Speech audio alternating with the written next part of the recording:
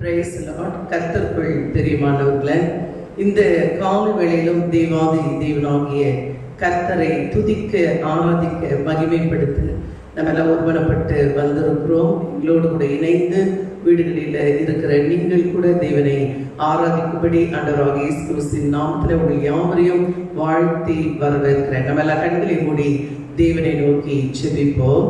எங்களை அளவில்லாமல் நேசிக்கிற எங்கள் அன்பு தகப்பனே, ஆண்டவரே, இந்த கால வேளைக்காக நன்றி ஆண்டவரே. எங்களோடு கூடவே இருந்து இன்னும் ஒரு புதிய நாளை காணும்படி நீர் பாராட்டின கிருபைகளுக்காய் கோடானுடைய ஸ்தோத்திரம் அப்பா. உம்மை துதிக்க, ஆராதிக்க, மகிமைப்படுத்த வந்திருக்கிறோம். தேவன் தாமே எங்களோடு கூட இருந்து எங்களை நடத்துவீரா. உம்முடைய கிருபையின் கரம் ஆண்டவரே எங்களோடு கூட இருக்கிறதுக்காக நாங்கள் நன்றி சொல்கிறோம்.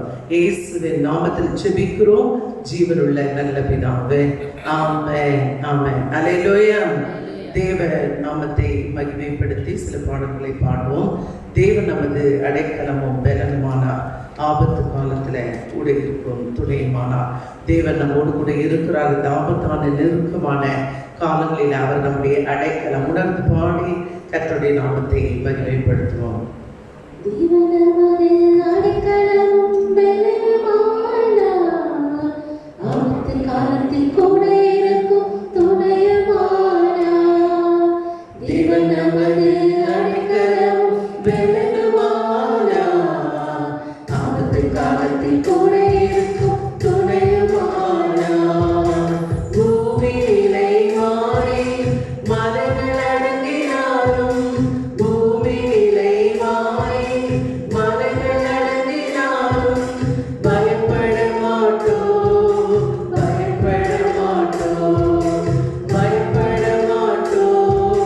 பயப்பட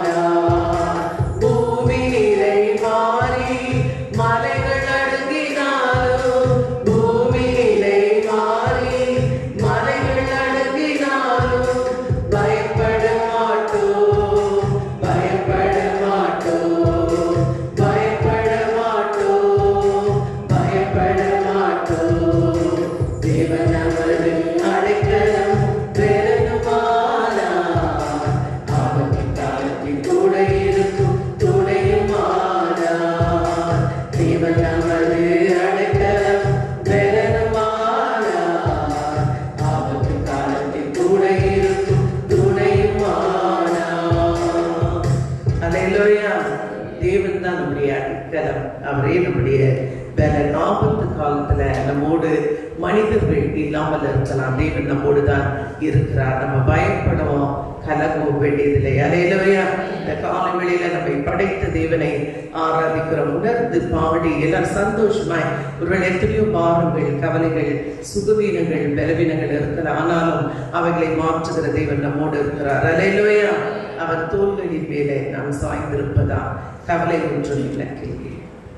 அவர் தோள்களின் மேலே நான் சாய்ந்திருப்பதா கவலை ஒன்றும் எனக்கில்லை. என் தேவைகள் எல்லாம் அவர் பார்த்துக் கொள்வதா நான் அவருக்குள்ளே மறைந்திருப்பேனே. அவர் வார்த்தையின் மேலே நான் சாய்ந்திருப்பதா கவலை ஒன்றும் எனக்கில்லை. என் தேவைகள் எல்லாம் அவர் பார்த்துக் கொள்வதா நான் கர்த்தருக்குள் மறைந்திருப்பேனே. யெகோவாயே இந்த தேவன் தேவைகள் யாவும் சந்திப்பீரே. யெகோவா ராஃபா இந்த தேவன் என்னாலும் சுகம் தருவீரே. யெகோவாயே இந்த தேவன் தேவைகள் யாவும் சந்திப்பீரே. யெகோவா ராஃபா இந்த தேவன் என்னாலும் சுகம் தருவீரே. மரண இருளின் பள்ளத்தாக்கில் நடக்க நேர்ந்தாலும் என் அப்பா என்னோடு இருப்பதால் பயப்பட மாட்டேன். மரண இருளின் பள்ளத்தாக்கில் நடக்க நேர்ந்தாலும் என் அப்பா என்னோடு இருப்பதால் பயப்பட மாட்டேன். எனக்கு விரோதமாய் ஆயிரங்களும் 10,000 எழுந்தாலும் அஞ்சிட மாட்டேன். எனக்கு விரோதமாய் ஆயிரங்களும் 10,000 எழுந்தாலும் அஞ்சிட மாட்டேன். யெகோவாயே இந்த தேவன் தேவைகள் யாவும் சந்திப்பீரே. யெகோவா ராஃபா இந்த தேவன் என்னாலும் சுகம் தருவீரே. யெகோவாயே இந்த தேவன் தேவைகள் யாவும் சந்திப்பீரே. யெகோவா ராஃபா இந்த தேவன் என்னாலும் சுகம் தருவீரே. நெருக்கத்திலே கர்த்தரை நோக்கி கூப்பிட்டேன், என்னை விசாலத்தில் கொண்டு வந்து மீட்டுக் கொண்டாரே. நெருக்கத்திலே கர்த்தரை நோக்கி கூப்பிட்டேன், என்னை விசாலத்தில் கொண்டு வந்து மீட்டுக் கொண்டாரே. என் பட்சத்தில் கர்த்தர் இருப்பதினாலே ஒருபோதும் நான் நசுக்கப்படுவதில்லை. என் பட்சத்தில் கர்த்தர் இருப்பதினாலே ஒருபோதும் நான் நசுக்கப்படுவதில்லை. யெகோவாயே இந்த தேவன் தேவைகள் யாவும் சந்திப்பீரே. யெகோவா ராஃபா இந்த தேவன் என்னாலும் சுகம் தருவீரே. யெகோவாயே இந்த தேவன் தேவைகள் யாவும் சந்திப்பீரே.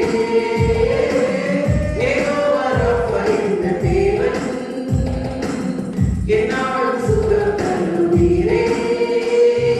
மரண இருளின் பள்ளத்தாக்கில் நடக்க நேர்ந்தாலும் என் அப்பா என்னோடு இருப்பதால் பயப்பட மாட்டேன். எல்லாரும் அறிக்கை செய்ய.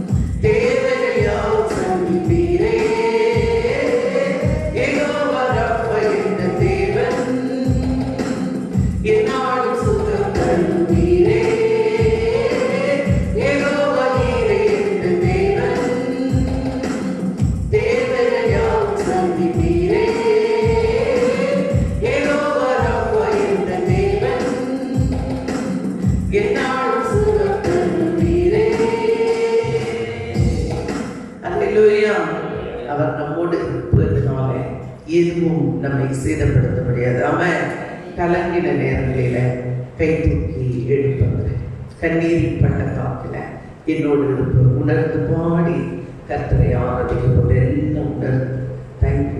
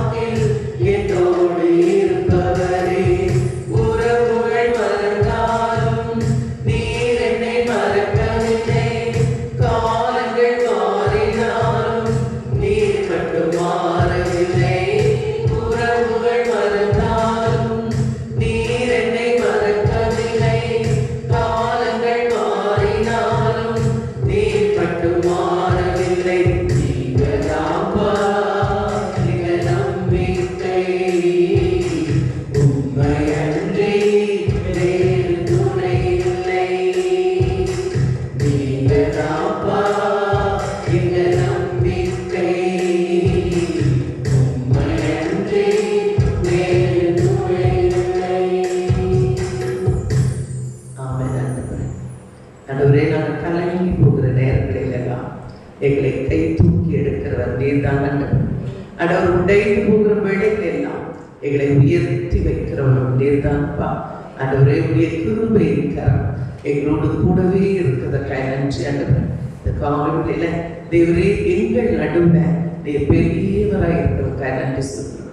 எங்களோடு கூட பேசுங்க ஆண்டவரே. நீ வார்த்தை என் மன்னாமை எங்களுக்கு தந்து எங்களை வழிநடத்துகிறான். இயேசுவின் நாமத்தில் ஜெபிக்கிறோம் ஜீவனுள்ள நல்ல பிதாவே. ஆமென், ஆமென். அல்லேலூயா, அல்லேலூயா. இந்த காலை வேளையில கூட தேவனாகிய கர்த்தர் நம்மோடு இருக்கிறார். நீங்கள் எதை குறித்தும் கலங்க வேண்டாம். அவர் பெரியவர், நம் வாழ்க்கையில பெரிய காரியங்களை செய்வார். வாசி கேட்போம். ஏசாயா தீர்க்கதரிசன புத்தகம் 41வது அதிகாரம் 10வது வசனம். ஏசாயா 41:10 வாசி கேட்போம். நீ பயப்படாதே, நீ பயப்படாதே, நான் உன்னுடனே இருக்கிறேன், நான் உன்னுடனே இருக்கிறேன். நீ பயப்படாதே, நான் உன்னுடனே இருக்கிறேன். திகையாதே, திகையாதே, நான் உன் தேவன், நான் உன் தேவன், நான் உன்னை பலப்படுத்தி, நான் உன்னை பலப்படுத்தி சகாயம் பண்ணுவேன், உனக்கு சகாயம் பண்ணுவேன். நீதியின் வலது கரத்தினால், என் நீதியின் வலது கரத்தினால் உன்னை தாங்குவேன், உன்னை தாங்குவேன்.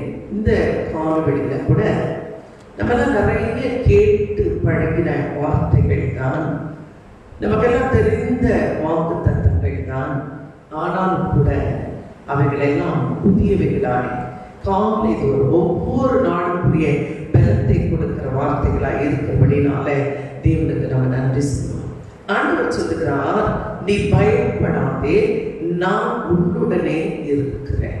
தேவனாகிய கர்த்தர் ஒரு மனிதனை பார்த்து, உன்னால இந்த சூழ்நிலையை கடக்க முடியாது, உன்னால இவைகளை சகித்துக் கொள்ள முடியாது, உன்னால இவைகளை தாங்க முடியாது, உன்னால இவைகளை சுமக்க முடியாது, ஆனா நீ பயப்படாதே, நான் உன்னோடு தான் இருக்கிறேன்.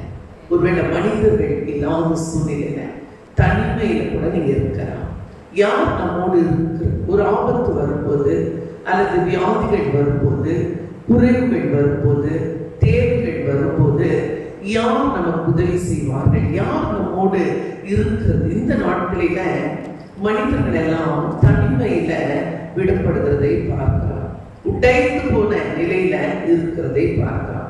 யார் உதவி செய்ய முடியும்? ஒருவருக்கு ஒருவர் உதவி செய்து கொள்ள முடியாத நிலையில கூட இருக்கிறதை பார்க்க. எப்பொழுதும் எல்லா சூழ்நிலைகளிலும் நமக்கு உதவி செய்கிற தேவன் நம்மோடு இருக்கிறார். அல்லேலூயா. ஆண்டவர் சொல்லும் போது இந்த தீர்க்கதரிசி ஏசாயா தீர்க்கதரிசி எழுதுகிறார், நீ பயப்படாதே, நான் உன்னோடு இருக்கிறேன், உன்னோடு இருக்கிறேன், உன்னோடு கூட தான் இருக்கிறேன். அவர் எப்படி இருக்கிறாரா? ஆண்டவர் சொல்கிறார், நான் உன் தேவனாய் உன்னோடு இருக்கிறேன், நான் உன் தேவனாய் உன்னோடு இருக்கிறேன், மனிதனாய் அல்ல. ஒருவேளை மனிதர்கள் மூலமாய் வருகிற உதவிகள் பல வேளைகளில நம்ம வேதாகமத்தை வாசிக்கும் போது தேவன் மனிதர்களுக்கு உதவி செய்ய மனிதர்களையே அனுப்புகிறதை பார்க்கிறோம். நம்ம கூட நிறைய சூழ்நிலைகளில பேசுகிறோம். இவ்வளவு தேவையோடு இருந்த ஒரு நபர் எனக்கு உதவி செய்தார், தேவன் எனக்கு இப்படியாக உதவினார் என்று சொல்லி பல வேளைகளில மனிதர்களை கொண்டு மனிதர்களுக்கு தேவன் உதவி செய்கிறார், அல்லது தேவ பிள்ளைகளுக்கு மனிதர்களை கொண்டு உதவி செய்கிறார். ஆனா நிறைய சூழ்நிலைகளில தேவன் மனிதனுக்கு தேவனாய் இருந்து உதவுகிறார். ஒரு அலையிலே சொல்லுவோமா? அவர் இந்த நாளிலே கூட இக்கட்டான உபத்திரவம் நிறைந்த இந்த நாட்களில ஒருவேளை மருத்துவர்களை கொஞ்சம் பார்க்கும் போது உடைந்து போயிருக்காங்க. அவருடைய வேலை வியாதியோடு இருக்கிறவர்களை சுகமாக்குகிறது, அவர்களுக்கு மருந்துகளை கொடுக்கிறது. இன்றைக்கு அப்படிப்பட்ட மருத்துவர்களே, மருத்துவ துறையில இருக்கிறவர்களை உடைந்து பயந்து தன்னுடைய வேலையை செய்ய முடியாமல் திடனற்றவர்களாக இருக்கிறார்களே, மருத்துவர்களை கொண்டு உதவி செய்ய முடியாத சூழ்நிலைகள் இருக்கலாம். மருத்துவர்களுக்கே மற்றவர்கள் உதவி செய்ய வேண்டிய சூழ்நிலையாக இருக்கிறது. இப்படி நம்ம சொல்லிக்கொண்டே போகலாம். எத்தனையோ இந்த 108 டிரைவர்ஸ் எல்லாம் யோசிக்கும் போது நான் பல அந்த காணொலிகளை பார்க்கும் போது அதை பார்த்தாலே, அந்த சத்தத்தை கேட்டாலே எனக்கு பயம் வருகிறது. பல சடலங்களை ஏற்றுக்கொண்டு அந்த வாகனம் போகும்போதே அதை கடக்கவே நிறைய பேர் பயப்படுறாங்க. அந்த 108 அந்த வாகனத்தை பார்க்கும்போதே ஒரு பயம். ஆனா அதை ஓட்டுகிற நபர், அதற்குள்ளாய் உட்கார்ந்திருக்கிற ஒரு நபர், மனிதர்களாலே உதவி செய்ய முடியாத சூழ்நிலையில சகோதரே சகோதரியே நீங்க இருக்கலாம், இதை பார்த்து கொண்டிருக்கலாம். நீங்க பயப்படாதீங்க. தேவன் நம்மோடு கூட இருக்கிறார். அவர் தேவனாய் இருக்கிறார். அல்லேலூயா. மனிதர்களாய் உதவி செய்ய முடியாத இக்கட்டான சூழ்நிலைகள் வரும்போது இன்றைக்கு உலகம் அப்படித்தான் இருக்கிறது. எந்த மனிதனுக்கும் உதவி செய்ய முடியாத ஒரு சூழ்நிலையில தேவன் சொல்லுகிறார், நீ போக முடியாத இடங்களுக்கு, ஒருவேளை நம்ம சந்திக்க முடியாத சூழ்நிலைகளை சந்திக்க வல்லமுள்ள தேவன் நம்முடைய தேவன். அல்லேலூயா. இந்த வார்த்தையை நாம் வாசிக்கும் போது, நீ பயப்படாதே, நான் உன்னுடனே இருக்கிறேன், திகையாதே, நான் தேவன், உன்னை பலப்படுத்தி. ஒருவேளை இன்றைக்கு மனிதனை யார் பலப்படுத்த முடியாது? ஒரு மனிதனை உண்டாக்கினவர் தேவன். இந்த சரீரத்தை சிருஷ்டித்தவர் தேவன். அவருடைய பலவீனத்தை மாற்ற வல்லமை உள்ளவர் தேவன் மாத்திரம். அல்லேலூயா. எப்படி பலப்படுத்துவார் என்று சொல்லி தெரியாது, எப்படி ஆகிலும் பலப்படுத்துவார். அவனவன் இருக்கிற சூழ்நிலை, அவனவன் கடற்கிற சூழ்நிலைகளில அவர் உதவி செய்ய, அந்த மனிதனுக்கு உதவி செய்ய தேவனால் மாத்திரம்தான் முடியும். அல்லேலூயா. அவர் பலப்படுத்துவார். உங்களுடைய சூழ்நிலைகள் எல்லாம் பலப்படுத்தி உனக்கு சகாயம் பண்ணுவேன், என் நீதியின் வலது கரத்தினாலே உன்னை தாங்குவேன். வேதாகமத்துல நிறைய சம்பவங்கள் இருக்கு. 2 சம்பவத்தை நாம் பார்க்க போகிறோம். முதலாவது தானியேல் தீர்க்கதரிசன புத்தகத்துல 3வது அதிகாரத்துல 17வது வசனம் இப்படியே சொல்லுங்க, வாசி கேட்போம். தானியேல் 3:17 வாசி கேட்போம். நாங்கள் ஆராதிக்கிற எங்கள் தேவன், நாங்கள் ஆராதிக்கிற எங்கள் தேவன் எங்களை தப்புவிக்க வல்லவராய் இருக்கிறார். இந்த கால வேளையில சகோதரனே சகோதரியே, நம்முடைய வாயின் வார்த்தை அல்லது அறிக்கை எப்படி இருக்கணும்? நாங்கள் ஆராதிக்கிற எங்கள் தேவன் எங்களை தப்புவிக்க வல்லவர். நாங்கள் ஆராதிக்கிற எங்கள் தேவன் எந்த சூழ்நிலையில, எல்லா சூழ்நிலையிலும், எந்த சூழ்நிலையா இருந்தா, ஒருவேளை இந்த கால வெளியில நீங்க கடக்கிற சூழ்நிலை எதுவா இருந்தாலும் தப்புவிக்கிற தேவன் எங்களோடு இருக்கிறார்னு அறிக்கை பண்ணுங்க.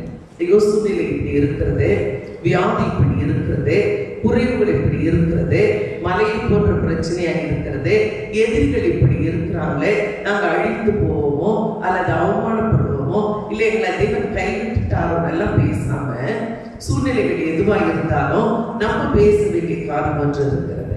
நம்மை உண்டாக்கிற தேவன் நம்மோடு தான் இருக்கிறார். அவர் நம்மை விட்டு விலகுவதும் இல்லை, நம்மை கைவிடுவதும் இல்லை. இங்க அறிக்கை செய்யறாங்க 3 வாலிப பிள்ளைகள். என்ன பேசுறாங்க?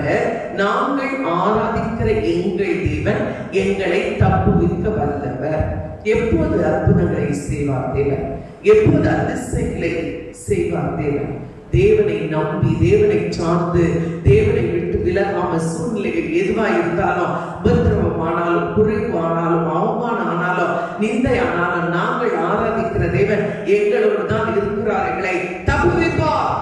அப்படி பேச பழகும் போது சோர்ந்து போகிற வேலைகளில, உடைந்து போகிற வேலையில, நாம் ஒருவேளை மனிதர்களை எங்களை கைவிடலாம், உறவுகளை எங்களை கைவிடலாம், நம்பினவர்களை எங்களை கைவிடலாம், நாங்கள் நம்பின எல்லாமே எங்களை விட்டு போகலாம். ஆனா எங்களை உண்டாக்கிற தேவன், என்னோடு கூட இருப்பேன் வாக்குப்படி இருந்தேன், அவர் மாறுகிறதே இல்லை. வேதம் சொல்ற நேற்றும் இன்றும் என்றும் மாறாதவர். இந்த வார்த்தைகளை எத்தனையோ ஒரு நான் தியானித்திருக்கிறேன். ஆனா இந்த நாட்களில அந்த வார்த்தையை பேசும்போது, அந்த வார்த்தையை வாசிக்கும் போது எனக்கு ஒண்ணு மாத்திரம் புரியுது. நேற்று அப்படின்னு பார்க்கும்போது, ஒருவேளை என்னுடைய முற்பிதாக்களின் காலங்கள், அந்த காலங்களை குறித்து நிறைய பேசுறேன். உன்னுடைய பிள்ளையிடத்துல சொல்லும் போது, என்னோடு கூட இருக்கிறவங்களோட சொல்லும் போதெல்லாம் இவருடைய முற்பிதாக்கள் எல்லாம் எப்படி வாழ்ந்திருக்காங்க, வியாதியே இல்லாம, பிரச்சனைகள் இல்லாம, சமாதானமாய், சந்தோஷமாய், நல்ல அரசியல் தலைவர்கள், நல்ல ஒரு சூழ்நிலை, ஒருவரை ஒருவர் நேசிக்கிற காலங்கள், எல்லாம் ஒரு கூட்டு குடும்பமாய், ஒரே தெருவுல, ஒரே வீதிகளில, எல்லாம் சகோதரர்களாய், சகோதரிகளாய், உறவுகளாய் வாழ்ந்த காலத்துல அவங்க வாழ்ந்துட்டு போயிட்டாங்களே பேசுகிறார். அந்த நேற்றைய காலத்திலும் அவருக்கு உதவினவர் தேவன் மாத்திரமே. அவர் மாறாதவர். ஒருவேளை அவர் நேற்றும் இன்றும் இப்போது இந்த நாட்களை பார்க்கும்போது என்ன இவ்வளவு உபத்திரம் நிறைந்த நாட்களாக இருக்கிறது, பாடுகள் நிறைந்த நாட்களாக இருக்கிறது, இத்தனை பிரச்சனைகள் இருக்குது, வியாதிகள் இருக்கிறது, நம்மை ஆளுகிற சரியான தலைவர்களிலேயே தேசம் எல்லாம் பரிதபித்து கொண்டு இருக்கிறது, எல்லா இடங்களிலும் ஜனங்கள் போராடி கொண்டிருக்கிறாங்களேன்னு மனம் உடைக்கிற போது அந்த வார்த்தை சொல்கிறது, அவர் இன்றும் அவர் மாறாதவர். அவர் நேற்றும் இன்றும் என்றும். ஒருவேளை நம்முடைய பின் சந்ததி எப்படி இருக்கும், பிள்ளைகளுடைய வாழ்க்கை எப்படி இருக்கும், பிள்ளைகளுடைய படிப்பு எப்படி இருக்கும், அவருடைய எதிர்காலம் எப்படி இருக்கும், இந்த வாழ்க்கை எப்படி போகும், இந்த உலகம் எப்படி இருக்க போகிறது என்கிற கேள்விகள் எல்லாம் வரும்போது அந்த வார்த்தை தேற்றுகிறது, அவர் என்றும் மாறாதவர். அல்லேலூயா. அவர் நேற்றைக்கும் நம்முடைய தேவன், இன்றைக்கும் நம்முடைய தேவன், என்றென்றைக்கும் நம்முடைய தேவன். நம்ம பயப்படவே கூடாது. அவர் எப்படிப்பட்டவரா, ஒருவேளை ஒரு கொலை செய்துவிட்டு ஒரு நபர் குற்றவாளியாய் நிற்கிற போது கூட அவனை நேசித்து மன்னிக்கிற இருதயம் அவருடையவர். அந்த தேவன் மாற்றம் இல்லாமல், அன்பிலே மாற்றம் இல்லை, அவருடைய இரக்கத்துல மாற்றம் இல்லை, அவருடைய தயவுல மாற்றம் இல்லை, அவருடைய கிருபையில மாற்றம் இல்லை. அவர் மனுக்குலத்தை நேசிக்கிறார். சகோதரே சகோதரியே, ஒருவேளை எனக்கு அநேகர் சொல்லுகிறது போல அவர் அழிக்க வரவில்லை, அவர் நம்மை மீட்டெடுக்க வந்தவர். உபத்திரவத்திலிருந்து, பாடுகளிலிருந்து, வியாதிகளிலிருந்து, கட்டுகளிலிருந்து, சாபத்திலிருந்து, பிசாசின் தந்திரங்களிலிருந்து நம்மை மீட்க வந்தவர். ஒருவேளை நம்முடைய சிந்தையில தான் ஒரு பாரம் இருக்கிறது, நம்முடைய ஆத்மாவில தான் வியாகுலங்கள் இருக்கிறது. நம்ம எதை மறந்துட்டோம்? 3 வாலிப பிள்ளைகள் பேசுகிறோம். சகோதரே சகோதரியே, எந்த சூழ்நிலையில் இருந்தாலும் உன்னுடைய நாவு அது கர்த்தரை துதிக்கிற நாவாய் இருக்கட்டும், உயர்த்துகிற நாவாய் இருக்கட்டா, மகிமைப்படுத்துகிற நாவாய் இருக்கட்டா. நீ துதிக்க துதிக்க துதிக்க எரியோ கோட்டையெல்லாம் இடிந்து விடும். ஒருவேளை நீ துதிக்கும் போது, ஆராதிக்கும் போது, மகிமைப்படுத்தும் போது உனக்கு விரோதமாய் செயல்படுகிற எல்லா வியாதியின் கூறுகள் ஒன்றுமில்லாமல் போகும். இந்த வாலிப பிள்ளைகள் பேசுறாங்க. என்ன பேசுறாங்க? நாங்கள் ஆராதிக்கிற தேவன் எங்களை தப்புவிக்க வல்லவராய் இருக்கிறார். எரிகிற அக்கினி சூளைக்கும், எரிகிற அக்கினி சூளைக்கும் அவர்கள் சொல்றாங்க. அது எரிகிற அக்கினி சூளை. ஒருவேளை இன்றைக்கு வியாதி படுக்கையில, மரண படுக்கையில, ஒருவேளை ஐசியூல டாக்டர்ஸ் எல்லாம் கைவிட்ட நிலையில, ஒன்றுமே ஒருவேளை சரீரத்தின் அவயவங்கள் எல்லாம் செயல்படாத நிலையில கூட இன்னைக்கு அநேகர் இருக்கலாம். ஒரு தேவன் இருக்கிறார், அவர் அற்புதங்களை செய்கிற தேவன். எப்போது அற்புதங்களை செய்கிறார்? நீ பயப்படாமல் இரு தேவப்பிள்ளையே, நீ விசுவாசத்தோடு இரு தேவப்பிள்ளையே, நம்பிக்கையோடு இரு தேவப்பிள்ளையே. தேவன் உனக்கு உதவி செய்வார், உன்னை பலப்படுத்தி. அந்த வார்த்தை சொல்கிறது, அவர் பலப்படுத்துகிற தேவன், அவர் பலப்படுத்துகிற தேவன், அவர் சுகமாக்குகிற தேவன், அவர் உதவி செய்கிற தேவன். பிள்ளைகள் சொல்றாங்க, நாங்கள் ஆராதிக்கிற எங்கள் தேவன் எங்களை தப்புவிக்க வல்லவர். எரிகிற அக்கினி சூளைக்கும், ரெண்டு காரியம் இப்ப பார்த்துக் கொள்ளுங்களேன். வியாதிகள், பலவீனங்கள் ஒரு பக்கம் இருக்கிறது, ஆளுகைகள் ஒரு பக்கம் இருக்கிறது.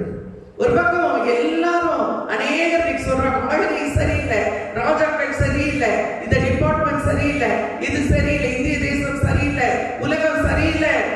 உண்மைதான், உண்மைதான். ஒருவேளை எல்லார் கையிலும் சிக்குண்டவர்களை போல இருக்கிறோமா? பயப்படாது, தேவன் தப்புவிப்பா, தேவன் தப்புவிப்பா. அவர் எரிகிற அக்கினி சூளை.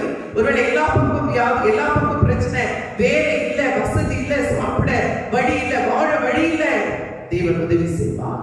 அவர் சொல்லுகிறார், நான் உனக்கு உதவி செய்வேன், உனக்கு சகாயம் பண்ணுவேன், உனக்கு சகாயம் பண்ணுவேன். அப்படின்னா என்ன அர்த்தம்? வானத்தையும் பூமியும் உண்டாக்கின சர்வ வல்லமுள்ள தேவனிடத்திலிருந்து நமக்கு ஒத்தாசை வரும். எங்க இருந்து வரும்? எந்த மனிதனும், ஒருவேளை எந்த அரசியல் தலைவர்களும், எந்த ஒரு பெரிய ஆசீர்வாதம் நிறைந்ததா இந்த உலகத்தில் இருக்கிற ஐஸ்வர்யவான்களும் நமக்கு உதவி செய்ய முடியாது. எத்தனை பேர் உதவி செய்தாலும் நீங்க பார்த்தீங்கன்னா அளவுக்கு உட்பட்டது. ஒருவேளை நிறைய பேர் சொல்றாங்க, நாங்க இவ்வளவு கொடுக்கிறோம், அது அளவுக்கு உட்பட்டது. நாங்க ஆக்சஸரி இவ்வளவு கொடுக்கிறோம், மருந்துகள் இவ்வளவு கொடுக்கிறோம், பணம் இவ்வளவு கொடுக்கிறோம், ஒருவேளை சாப்பாடு இவ்வளவு கொடுக்கிறோம், இந்த உதவிகள் எல்லாம் செய்கிறோம். எல்லாமே அளவுக்கு உட்பட்டது. மனிதனாலே அளவுக்கு உட்பட்டவர்களை மட்டும்தான் செய்ய முடியும். ஆனா சங்கீதக்காரன் சொல்லுகிறான், அவருடைய கிருபை வானத்துக்கும் பூமிக்கும் எத்தனை உயரமோ அத்தனை உயரம், அளக்கவே முடியாது. ஆமென். அவருடைய கிருபை, அவருடைய அன்பு, அவருடைய தயவு, அவருடைய இரக்கம், அவருடைய பலன் அளவிட முடியாது. தேவனே நீ பயப்படாதே. ஆண்டவர் அந்த தேவன் நம்மோடு இருக்கிறார். அந்த தேவன் நம்மோடு இருக்கிறார். நீ பயப்படாதே என்று சொன்ன தேவன். நீ பயப்படாதே, நான் உன்னோடு கூட உன்னுடைய தேவனாய் இருக்கிறேன். அவர் சர்வ வல்லமுள்ள தேவன். அவர் சர்வ வல்லமுள்ள தேவன். பிள்ளைகள் பேசுறாங்க, எரிகிற அக்கினி சூளைக்கும் ராஜாவாகிய உம்முடைய கரத்திற்கும் நீங்களாக்கி விடுவிப்பார். அல்லேலூயா. அவர் முதலாவது நீங்களாக்குவார். நீங்க என்ன பிரச்சனையில நீங்க ஓடிக்கொண்டிருக்கிறீங்களோ முதல்ல தேவன் உங்களை நீங்களாக்குவார். அந்த பிரச்சனையை விட்டு உங்களுக்கு அந்த பிரச்சனைக்கும் தொடர்பு இல்லாதபடிக்கு தேவன் அதிலிருந்து நீங்களாக்கி உங்களை நீக்கி அவர் விடுவிப்பார். அல்லேலூயா. வாசிக்கிறோம், விடுவிக்காமல் போனார். அடுத்து ஒன்று சொல்றாங்க பாருங்க, இதுதான் விசுவாசத்தினுடைய அந்த மிகப்பெரிய வார்த்தை. விடுவிக்கலையா நான் பயப்படவே மாட்டேன். ஒருவேளை விடுவிக்கலையா ராஜாவே நீ நிறுத்தின பொருசிலேயே வணங்க மாட்டேன். ஒருவேளை இருக்கு எல்லாம் பேசுகிறது போல எல்லாம் மாறி போச்சு, எல்லாம் மாறி போச்சு, தொழுகைகள் மாறி போச்சு, இது மாறி போச்சு, அது மாறி போச்சு. நிறைய பேர் பேசலாம். மாறாத தேவன் ஒருவர் இருக்கிறார். ஒருவேளை உலகம் எல்லாம் மாறும், மனிதர்கள் மாறுவாங்க, சூழ்நிலைகள் மாறும். ஏன் இவைகள் எல்லாம் மாறுகிறது? இவைகள் எல்லாம் மனிதனாலே உண்டாக்கப்பட்டது. ஒருவேளை மனிதர்கள் நிறைய சடங்குகளை வைத்திருக்கிறார்கள். நிறைய பேர் பார்த்தீங்கன்னா ஒரு மனிதன் மரிப்பான் என்று சொன்னால் அவனை அடக்கம் பண்ணுகிறதுக்கு 1000 சடங்குகள் இருந்தது. அவைகள் எல்லாம் இப்பொழுது மாறிவிட்டது. அவைகள் எல்லாம் மனிதனாலே உண்டாக்கப்பட்டது. திருமணத்துக்கு 1000 சடங்குகள் இருந்தது. அவைகள் எல்லாம் மாறி போச்சு. கொரோனா டைம், அதெல்லாம் செய்ய முடியாது. ஏனென்று சொன்னால் அவைகள் எல்லாம் மனிதனாலே அவனாலே ஏற்படுத்திக் கொள்ளப்பட்டவைகள். அவைகள் மாறும். தேவன் படைத்த ஒண்ணுமே மாறாது. ஆண்டவராகிய தேவன் சொல்கிறார், மலைகள் விலகினாலும் பர்வதங்கள் நிலை பெயர்ந்தாலும் என்னுடைய கிருபை உன்னை விட்டு விலகாமலும் என்னுடைய சமாதானத்தின் உடன்படிக்கை நிலை பெயராமலும் இருக்கும் என்று சொல்லி உன்மேல் மனதுருகிற கர்த்தர் சொல்லுகிறார். நீ பயப்படாதே, பயப்படாதே. எது வேணாலும் மாறட்டும் தேவர்களே, நாம் இருக்கிறது தேவனுடைய கரத்துல. நம்மோடு இருக்கிறவர் தேவன். ஆமென். அது மாறவே மாறாது. சொல்லிட்டாங்க, தப்புவிக்காமல் போனாலும் நாங்கள் உடைய தேவனுக்கு ஆராதனை செய்வதும் இல்லை, நிறுத்தின பொருசிலே பணிந்து கொள்வது பக்தி வைராக்கியம், பணிந்து கொள்வதும் இல்லை என்று சொல்லி ராஜாவாகிய மக்கள் தெரிந்திருக்க கடவுள். எங்களுக்கு ஒரு தேவன் இருக்கிறார், நாங்கள் ஆராதிக்கிற ஒரு தேவன் இருக்கிறார். அவர் சர்வ வல்லவர். அவர் அக்கினிக்கு தப்புவிப்பார், வியாதிக்கு தப்புவிப்பார், ராஜாவை உடைய கரத்துக்கு தப்புவிப்பார், சத்துருக்களை தப்புவிப்பார். எங்களுக்கு விரோதமாக எதுவும் செயல்பட முடியாது. ஒருவேளை தேவன் எங்களை தப்புவிக்காமல் போனாலும் உனக்கெல்லாம் பயப்பட மாட்டான் ராஜான்னு சொல்லிட்டான். நீ பயப்படாத தேவனே. ராஜாக்கள் பயமுறுத்தலாம். ஒருவேளை தொழுது கொள்ள முடியாம தடைகள் வரலாம், பிரச்சனைகள் வரலாம். தேவப்பிள்ளையே நீ பயப்படாதே. ஆண்டவராகிய இயேசு கிறிஸ்து சமாரிய ஸ்திரீ இடத்துல ஒரு காரியத்தை பேசுகிறார். சமாரிய ஸ்திரீ ஆண்டவரிடத்துல கேட்கிறார், நான் எங்க தொழுது கொள்ளணும், எங்க தொழுது. நிறைய பேர் கேட்கிறாங்க, சிஸ்டர் சர்ச்சுக்கு வரலன்னா எப்படி, என்னப்போ ஆலயங்கள் எல்லாம் மனிதனாலே கட்டப்பட்டது. ஆண்டவர் சொன்னார், நீதான் தேவனுடைய ஆலயம். தேவப்பிள்ளையே, ஒருவேளை இங்க நிறைய பேர் பேசுறாங்க, ஐயோ சர்ச்சுக்கு போகாம இருக்க முடியாது, நம்ம இப்படி இருக்கக்கூடாது. அதெல்லாம் மனிதர்கள் உண்டாக்கினது. தேவன் சொன்ன உன்னுடைய சரீரம் தான் ஆலயம்.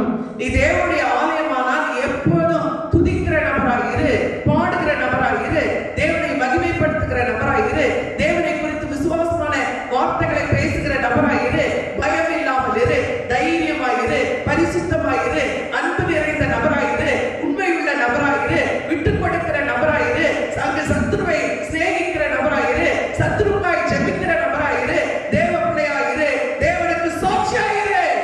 அதுதான் ஆராதனை, அதுதான் ஆராதனை, அதுதான் பக்தி வைராக்கியம். பிள்ளைகளை கொண்டு போய் அக்கினி முன்பாய் நிறுத்தினார்கள். அங்கே அக்கினி எரிந்து கொண்டிருந்தது. ஒருவேளை அக்கினிக்கு தப்பினாலும் ராஜா விடமாட்டான்னு தெரியும் பிள்ளைகளுக்கு. அவன்களை தாண்டி, ராஜாவை தாண்டி, அக்கினியை தாண்டி, ஒருவேளை நீங்கள் நானும் அக்கினியை பார்க்கிறதற்கோ தேவன் அக்கினியை பார்க்கிறதுக்கோ ஒரு வித்தியாசம் உண்டு. தேவ சொன்னேன், ஒரு செங்கடல் முன்பாய் இஸ்ரவேல் ஜனங்கள் போய் நின்ற போது மோசே செங்கடலை பார்த்தான். இஸ்ரவேல் ஜனங்கள் செங்கடலை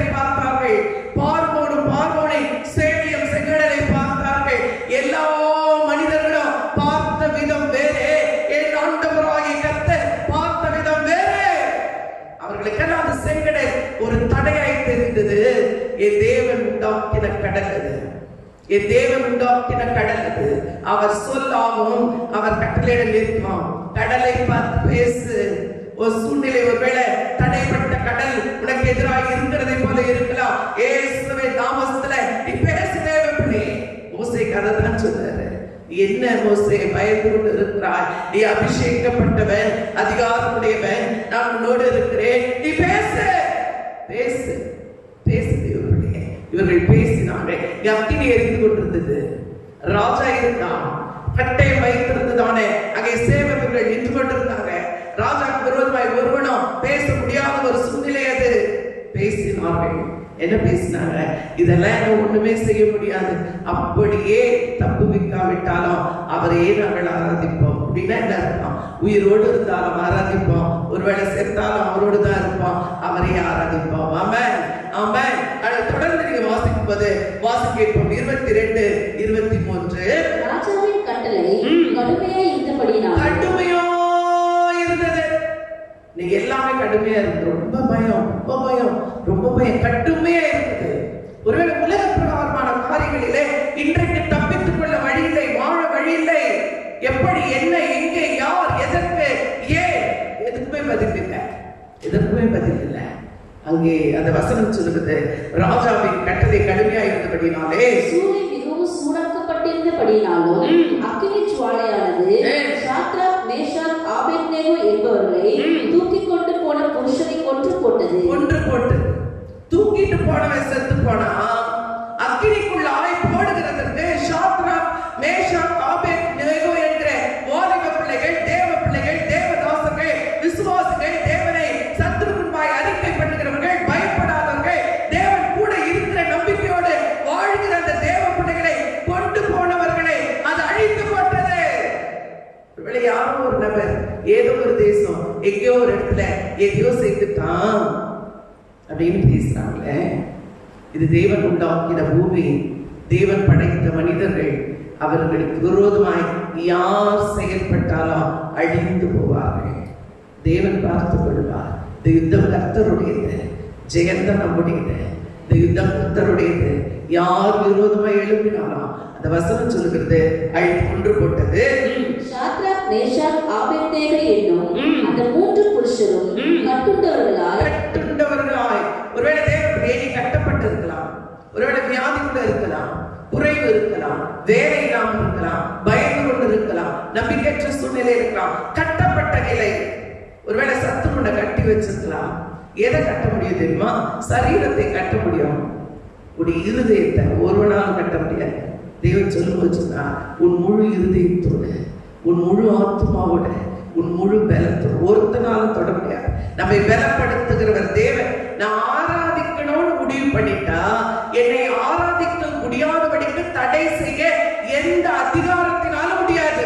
நான் இருக்கிற இடத்துல ஆராதிப்பேன், இருக்கிற இடத்துல தேவனை தொழுது கொள்வேன், இருக்கிற இடத்துல தேவன் என்னோடு கூட இருப்பார். நாங்கள் தேவனை தொழுது கொள்கிறதுக்கு ஒரு தடையும் ஒருவனாலும் செய்ய முடியாது.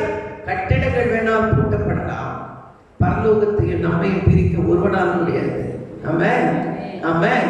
அந்த வசனம் சொல்லுகிறது, அந்த வார்த்தை அப்படியே எழுதப்பட்டிருக்கிறது. அவர்கள் கட்டப்பட்டவர்களாய் அக்கினி சூளை நடுவிலே விழுந்தார்கள். எங்க விழுந்தாங்களா? Centre point. ஒருவேளை ஓரத்துல விழுந்தா அங்க சரியா நெருப்பு எரியல அப்படின்னு சொல்லியிருக்கலாம். நடுவுல போய் விழுந்தாங்க. அவர்களை தூக்கி போட்டவன் செத்து போயிட்டான். இவர்கள் நடுவுல போய் விழுந்தார்கள். அப்பொழுது ராஜாவாகிய நேபுகாத்நேச்சார் பிரமித்து தீவிரமாய் எழுந்திருந்து, ஒரு ராஜா இதை பார்த்து கொண்டே இருக்கிறான். அவன் பிரமித்து போகிறான். தீவிரமாய் எழுந்து தன் மந்திரிமார்களை நோக்கி, மூன்று புருஷரை அளவோ கட்டுண்டவர்களாக அக்கினியிலே போடுவித்து என்றார்கள். அவர்கள் ராஜாவுக்கு பிரதியுத்தரமாக, ஆம் ராஜாவே என்றார்கள். 3 பேர் தானே போட்டோம், 3 பேர் தானே போட்டோம். ராஜா கேட்கிறான், 3 பேர் தானே அது? நீ சரியா கவுண்ட் பண்ணி போட்டியா? 3 பேர் தானே. தேவஜனமே, உன்னை 1 ஒரு ஆள் என்ன தப்பா எண்ணான், உன்னை 2 எண்ணணும். முதல்ல தேவன், அடுத்து நீ. ஆமாம். நான் எப்போதும் என்னை நினைக்கிறது இல்லை, தனியா இருக்கிறதாய் நான் யோசிக்கிறதே இல்லை. என்னோட தேவன் இருக்கிறான். ஒருவேளை உன்னோட யாருமே இல்லாம இருக்கட்டும், நீ தனியா இருக்கிறன்னு பேசாது, நீ பயப்படாது. நீங்க அந்த வாக்குத்தத்தத்தை அப்படியே புரிஞ்சுக்கோ. அவர் நான் உன் தேவன் சொன்னாரே, தேவனாய் இருந்து வல்லமையான காரியங்களை செய்கிறவர் அவர் வல்லமையான காரியங்களை செய்கிறவர். மனுஷன் செய்ய முடியாததை செய்கிறவர், மனுஷனாலே செய்ய முடியாததை உனக்காய் செய்கிற தேவன். அவன் ஒண்ணு என்றான். அங்க 3 பேர் தான் போட்டோம். இது ஏதோ ஒரு ஆள், நாலாவது ஒரு நபர். அந்த வசனம் சொல்லி வாசிப்போம். அதற்கு அவன் இதோ 4 பேர் விடுதலையாய் கட்டுண்டவர்கள் விடுவிக்கப்பட்டவர்கள். இப்ப நமக்கு ஒரு கேள்வி, நீ கட்டப்பட்ட நபரா விடுவிக்கப்பட்ட நபரா? நம்முடைய கட்டுக்களை எல்லாம் நம்மை விட்டு அகற்றினவர் ஆண்டவராக இயேசு கிறிஸ்து. சிலுவையில கல்வாரியில ரத்தம் சிந்தி மரித்து நம்முடைய எல்லா கட்டுக்களை, எல்லா சாபங்களை, எல்லா மரண கூறுகளை முறியடித்த தேவன். இப்ப சொல்றோம் 3 பேரை கட்டி போட்டோமே, இப்பொழுது 4 பேர் விடுதலையாய் அக்கினியின் நடுவிலே உலாவுகிறதை காண்கிறேன். ஒரு சேதமும் இல்லை, அவர்களுக்கு ஒரு சேதமும் இல்லை. 4ஆம் நாளின் சாயல் தேவபுத்திரருக்கு ஒப்பாயிருக்கிறது. தேவபுத்திரருக்கு ஒப்பாயிருக்கிறது. அல்லேலூயா. அவர் சொல்லுகிறார், நீ பயப்படாதே, நான் உன்னோடு கூட இருக்கிறேன், திகையாதே, நான் உன் தேவன், உன்னை பலப்படுத்தி உனக்கு சகாயம் பண்ணுவேன், என்னுடைய நீதியின் வலது கரத்தினாலே உன்னை தாங்குவேன். நீ அக்கினியில் இருந்தாலும் கையை பிடிச்சிட்டு இருக்கிறவர் தேவன். இருக்கிற சூழ்நிலையை பார்க்காத, இருக்கிற சூழ்நிலையை பார்க்காத. அக்கினி உன்னை சேதப்படுத்தான். வியாதிகள் பலவீனங்கள் வரலாம் தேவ பிள்ளையே. ஒருவேளை என்ன தூக்கி அக்கினியில போட்டானேன்னு சொல்லாதே. அக்கினிக்குள்ளாக தேவனோடு அவர் தேவனுடைய வல்லமையை வெளிப்படுத்தி மகிமையான காரியங்களை செய்கிறவராய் கூடவே இருக்கிறார். அல்லேலூயா. எத்தனை அற்புதம், எத்தனை அதிசயம். ஒருவேளை பயந்து கொண்டு, ஒருவேளை பயம் வந்துடுதே, ஒருவேளை பயம் வந்துடுதே, சரீரம் வலிக்கும் போது, சரீரத்தில் ஒரு வேதனை இருக்கும் போது, இந்த வியாதி கொடு நிறைய பேர் சொல்றாங்க, சிஸ்டர் இது நம்ம எல்லாம் நினைக்கிறது மாதிரி இல்லை சிஸ்டர், படுபயங்கரமா இருக்கிறது. உண்மைதான் தேவச்சனமே, உண்மைதான். ஒருவேளை ஒவ்வொரு வியாதிக்கும் ஒரு வல்லமை இருக்கிறார். அது மனிதனை அழிக்கும்படி மனிதனுடைய சரீரத்துக்குள்ளாய் போராடலாம். 2 பார்ட் சொல்றீங்க. ஒண்ணு மனிதர்கள் மனிதர்களுக்கு உதவி செய்கிற பகுதி, ஒண்ணு தேவன் மனிதர்களுக்கு உதவி செய்கிற பகுதி. நீ மனிதனுடைய உதவியை தேடி தேடி அலைந்தும் பெற்றுக்கொள்ள முடியாத நிலையிலே இருக்கா, மனிதன் உதவி செய்ய மாட்டான். சூழ்நிலைகள் வரும்போது மாறி போவான், மனிதன் மாறி போவான், மனிதன் மாறி போவான். நீங்க எழுதி வச்சுக்கோங்க, மனிதன் மாறி போவான். மாறாதவர் தேவன் மாத்திரதான், மாறாதவர். அவருடைய வல்லமை மாறவே மாறல. இன்றைக்கும் அவர் உயிருள்ளவராய் நம்மோடு இருக்கிற. வேதத்துல இந்த பகுதி வாசிக்கும் போது தேவன் அக்கினிக்குள்ளாய் இறங்கி விடுதலையோடு உலாவ செய்தார். அக்கினியில உலாவுகிற அந்த வல்லமையை அந்த 3 பிள்ளைகளுக்கும் கொடுத்தார். அது வரைக்கும் ராஜா நினைச்சான் அக்கினி எல்லாரையுமே அழிச்சிடும்னு நினைச்சான். ஆனா தேவன் காண்பித்தாரு, அக்கினி எல்லாரையும் அழிக்கும், என் பிள்ளைகளை அழிக்காது. ஆமென். அதுதான் ஃபெய்த், அதுதான் நம்பிக்கை. ஒருவேளை எல்லாம் அழிந்து போமா, எல்லாமே அழிந்து போயிருமா, நம்ம தேவனோட இருக்கிறோம். எதனால அழிந்து போகிறோம்? அந்த விசுவாசம் இல்லாததுனால, பயம் வந்துடுறதுனால, பரிசுத்தமாய் வாழாததுனால, தேவனுக்கு கீழ்ப்படியாததுனால, தேவனுடைய வார்த்தைப்படி செய்யாததுனால இந்த பிள்ளைகள் மிக தைரியமாய் பேசினாங்க. அக்கினி அவர்களை சேதப்படுத்தவில்லை. எந்த வியாதியா இருந்தாலும், எந்த பலவீனமா இருந்தாலும், எந்த சூழ்நிலையா இருந்தாலும், எத்தனை எதிர்ப்புகளா இருந்தாலும், எத்தனை பேர் இந்த உலகமே உங்களுக்கு முன்பாய் எதிர்த்து நின்றாலும் நீங்க யாரோட இருக்கிறீங்க? நான் அறிக்கையிடுகிறேன், நான் என் தேவனோட இருக்கிறேன், நான் பயப்படவே மாட்டேன், நான் என் தேவனோட இருக்கிறேன், அவர் என் பட்சத்தில் இருக்கிறார். தாவீது சொல்கிறார், கர்த்தர் என் பட்சத்தில் இருக்கிறார், நான் பயப்படேன். மாம்சமானவன் எனக்கு என்ன செய்ய முடியும்? ஒண்ணுமே செய்ய முடியாது, ஒண்ணுமே செய்ய முடியாது. உனக்கு விரோதமாய் பேசலாம், உனக்கு விரோதமாய் செயல்படலாம், உனக்கு விரோதமாய் சிந்திக்கலாம், உனக்கு விரோதமாய் எழுப்பலாம். எதையும் உன்னுடைய சரீரத்துல இருக்கிற எந்த அவயவங்களையும் தொடுகிறதுக்கு அதிகாரம் இல்லை. உனக்கு விரோதமாய் வாழ்க்கைக்கு விரோதமாய் போராடலாம், ஜெயம் நமக்கு தான். வேதம் சொல்லுது, உனக்கு விரோதமாய் உருவாக்கப்படுகிற எந்த ஆயுதமும் வாய்க்காதே போக அறிக்கப்பட்ட தேவர்களே. உருவாக்கப்பட்டு இருக்குது, வைக்கப்பட்டிருக்குது. ஐயோ வேற இருக்குமோ? வேற இருக்காது. வேற இருக்குதோ இல்லையோ, தேவன் கூட தான் இருக்கிறார். ஆமென் ஆமென். ஆண்டவர் சொன்னார், காட்டு புஷ்பங்களை கவனித்து பாருங்கள், ஆகாயத்து பறவைகளை கவனித்து பாருங்கள். ஒருவேளை எல்லாத்தையும் கவனிச்சு பாரு தேவ பிள்ளையே, தேவன் கூட இருக்கிறார். நம்மை உண்டாக்கின தேவன். நீங்க வெளிப்படுத்தல வாசிக்கும் போது அங்க யோவான் அப்படியே பயந்து உடைந்து அப்படியே பத்மு தீவுல அடைக்கப்பட்ட நிலையில ஒருவருமே இல்லை, சீஷர்கள் இல்ல, இயேசு இல்ல, கூட உறவுகள் இல்ல, குடும்பம் இல்ல, அடைக்கப்பட்ட நிலையில பத்மு தீவுல இருந்த போது ஆண்டவர் தேவன் அவனோட இருந்தார். அவனோடு கூடவே அவனோடு பேசினார். இக்கட்டுல உபத்திரத்துல ஒருவேளை அது அடைக்கப்பட்ட நிலையில மரணம் தான், மரணம் வைக்கப்பட்டாயிற்று. யோவானுக்கு மரணம் குறிக்கப்பட்டாயிற்று. அங்கே அடைக்கப்பட்ட நிலையில இருந்த அந்த யோவான் எப்படி இருந்தானா, அவன் சொல்கிறான், கர்த்தருடைய நாளில நான் ஆவிக்குள்ளானேன். இது கர்த்தருடைய நாள்ல நிறைய பேர் சொல்றாங்க, ஞாயிற்றுக்கிழமை ஆச்சு. ஆமா ஞாயிற்றுக்கிழமை தான். ஐயோ சர்ச்சுக்கு போக வரக்கூடாது. ஓகே, சர்ச்சுக்கு போயிட்டா சர்ச்சுக்கு எப்படி போறோம்?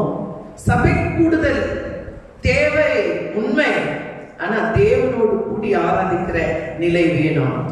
ஒருவேளை உறவுகளோடு, நண்பர்களோடு, குடும்பத்தோடு ஆராதித்தே பழகிட்டோம், தேவனை நோக்கி ஆராதித்து பழகல.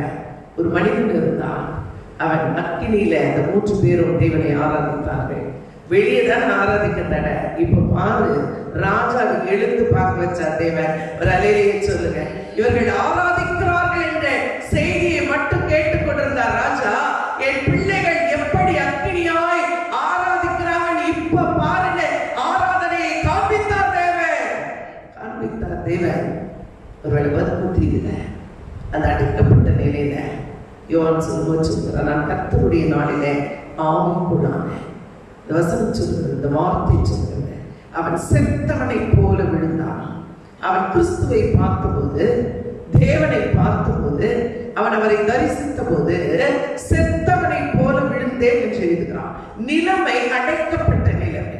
பத்மு தீவில ஒரு ஜாடியை போன்ற ஒரு அந்த குடுவையில வைத்து அடைக்கப்பட்ட நிலையில இருக்கிற நிலை தான் செத்தவனை போல இருக்கிற நிலை. ஆனா இங்க யோவான் பேசும்போது பேசுகிறான், அவரை நான் பார்த்த போது செத்தவனை போல விழுந்தேன். அடுத்து ஆண்டவர் சொல்கிறார், பயப்படாதே, பயப்படாதே. யோவான் பயப்படாதே, பயப்படாதே, நான் தான் நீ ஆராதிக்கிற இயேசு, நீ நம்பி இருக்கிற இயேசு, நீ என்னை சார்ந்து வாழ்கிறா, நான் உன்னோடு தானே இருக்கிறேன். நாம எதுக்குள்ள? பத்மு தீவுல அடைக்கப்பட்ட நிலையில உள்ள ஒருவனால் போக முடியாத, இவனே மரணத்துக்கு போராடி கொண்டிருக்கிற இடத்திலே உள்ளே இருந்தவர் தேவன் சொல்றாரு, நான் உயிரோடு இருக்கிறேன், நீ பயப்படாதே, நான் உயிரோடு தான் இருக்கிறேன், மரித்தேன், சதா காலங்களில் நான் உயிரோடு இருக்கிறேன். ஒருவேளை நிலைமை எதுன்னு பார்த்தா விழுந்துருவோம், தேவன் யாருக்கு பார்த்தா பிழைத்து விடுவோம். நிலைமை மோசமான நிலைமை, இன்னைக்கு ஜனங்கள் கடக்கிற நிலைமை மோசமான நிலைமை. நிறைய பேர் சொல்றாங்க, என் குடும்பம் சரியில்லை, என்னுடைய கணவன் சரியில்லை, என் மனைவி சரியில்லை, என் பிள்ளைகள் சரியில்லை, எனக்கு வேலை சரியில்லை, என் தொழில் சரியில்லை, நான் இருக்கிற இடம் சரியில்லை, என்னுடைய வீடு சரியில்லை, எதுவுமே சரியில்லை. நீங்கள் அல்லது நாம் சரியாய் இருக்கிறோமா? நாம் சரியாய் இருக்க, நம்மை சரியாய் நடத்துகிற தேவனோடு இருக்கிறோம். அன்று சொல்கிறார், நீ பயப்படாதே, நீ பயப்படாதே. யோவானை பார்த்து சொன்னார், நீ பயப்படாதே யோவான், நீ பயப்படாதே, நீ பயப்படாதே, நான் உன்னோடு தான் இருக்கிறேன், உயிருள்ளவராய் இருக்கிறேன். ஆனால் தான் யோவான் எழுதினான், இனி கண்ணீர் இல்லை, இனி மரணம் இல்லை, இனி துக்கம் இல்லை, அலறுதல் இல்லை. அன்று சொல்ற, பயப்படாதே, பயப்படாதே, சகலவற்றை புதிதாக்குகிற தேவனால் முடியும். அக்கினியை, எரிகிற அக்கினியை உண்டாக்கினவர் தேவன். அந்த அக்கினியை அவர் அழிக்கவும் பயன்படுத்துவார், சாட்சியாய் வாழவும் பயன்படுத்துவார். இந்த வியாதி, இந்த சூழ்நிலை, இந்த பிரச்சனை, இந்த போராட்டம், இந்த குறைவு ஒருவேளை அழிவா இருக்கலாம். உனக்கும் எனக்கும் மற்றவர்கள் கண்களுக்கான நாம் சாட்சியாக இருக்கும்படி உயர்த்துகிற சூழ்நிலையாக இருக்கலாம். தேவர்களே, நாம் ஜெபிக்க வேண்டியவர்கள், ஒருவேளை உடைந்து அழ வேண்டியவர்கள், பயந்து போக வேண்டாம். சூழ்நிலை. ஒருவேளை என்னுடைய சரீரத்தை குறித்து கூட நான் யோசிக்கிறது உண்டு. பெரிய பலசாலியா அப்படின்னு பார்த்தா அப்படின்னு போதுனா விழுந்துருவேன். அவ்வளவுதான் பலன். அது மனுஷிய பலன். ஆனா ஆவிக்குரிய பலன் என்று இருக்கிறது, தேவனுடைய பலன் என்று ஒன்று இருக்கிறது. அக்கினியில நடந்தாலும் நான் வேக மாட்டேன் என்கிற ஒரு நம்பிக்கை, தேவன் என்னோடு தான் இருக்கிறார் என்கிற அசைக்க முடியாத ஒரு நம்பிக்கை இன்றைக்கு உயிரோடு இருக்கிற. எத்தனை சூழ்நிலைகள் எதிராய் வந்தாலும் கர்த்தருடைய கரம் கூட இருக்கிறதை விசுவாசித்து வாழ பழகுங்க. ஆண்டவராக இயேசு சொன்னார், கடைசி அந்த பூமியிலிருந்து பரலோகத்துக்கு போகும்போது இதோ உலகத்தின் முடிவு பரியந்தம் சகல நாட்களிலும் நான் உங்களோடு கூடவே இருப்பேன். கூடவே இருக்கிற தேவன். நீ பயப்படாத தேவனே. சூழ்நிலையை பார்த்து, வியாதியை பார்த்து, பண தேவையை பார்த்து, ஒருவேளை ஒன்றுமே இல்லாத நிலையில நான் இருக்கிறேன்னு சொல்லி நீங்க அழுது கொண்டிருந்தாலும் ஆண்டவருடைய வார்த்தை உங்களுக்கு நேரம் வருகிறது. நம்ம அழிந்து போக வேண்டிய காலகட்டங்களாக இருக்கிறதேன்னு கலங்க வேண்டாம். நம்மை அக்கினி சேதப்படுத்தாது, சத்துருடைய கரம் சேதப்படுத்தாது, வியாதிகள் நம்மை சேதப்படுத்தாது. நம்மை காக்கிற தேவன் நம்மோடு கூட தான் இருக்கிறார். தொடர்ந்து வேதத்தை வாசிங்க, வசனங்களை அப்படியே புசிங்க, வசனத்தினாலே பலனடை, விசுவாசத்தை வர்த்திக்க பண்ணுங்க, நாடு ஜெபம் பண்ணுங்க. வசனம் சொல்கிறத எப்படி சொல்கிறார்? அந்த வார்த்தையை பேசுறது 41:10 சொல்றதுக்கு முன்னாடி 9வது வசனம் வாசித்து கொடுப்போம். வாசிங்க 9:10. நான் பூமியின்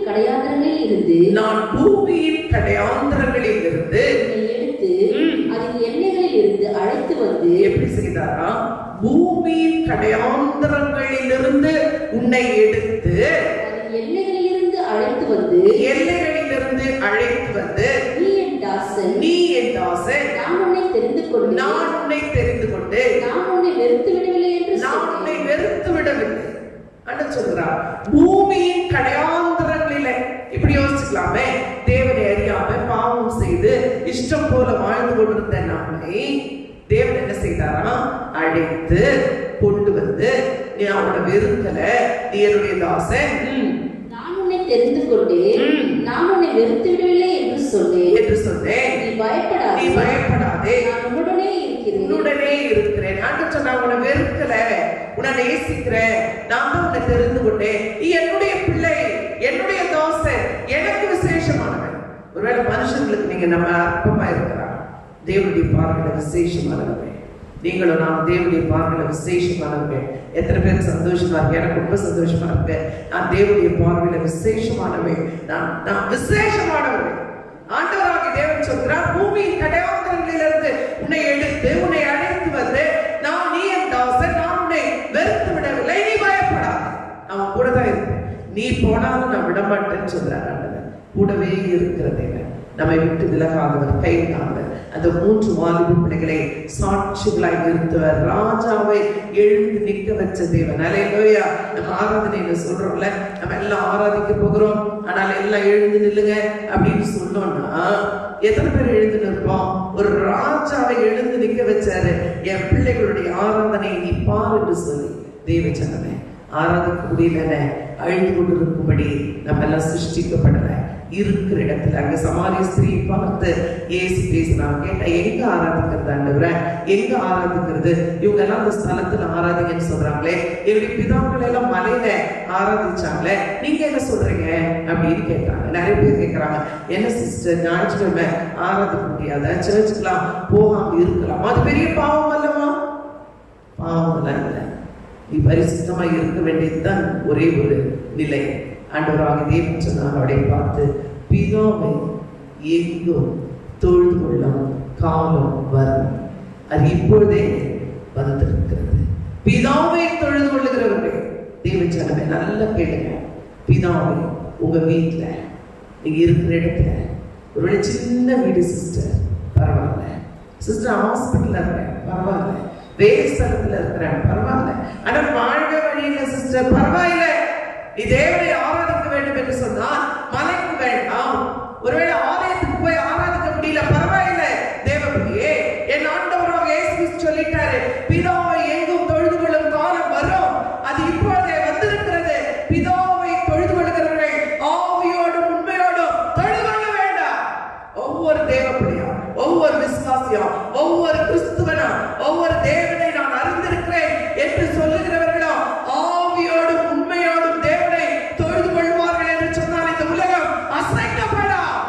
வியாதிகள் பலவீனங்கள் எல்லாம் மாறும். பூமி தேவனை அறிகிற அறிவினாலே நிறைந்திருக்கிறது என ஏசாயா எழுதுகிறார். பூமி தேவனுடைய மகிமையினாலே நிறைந்திருக்கிறது. அந்த மகிமையை வெளிக்கொண்டு வர ஆவியோடு உண்மையோடு தொழுது கொள்ள.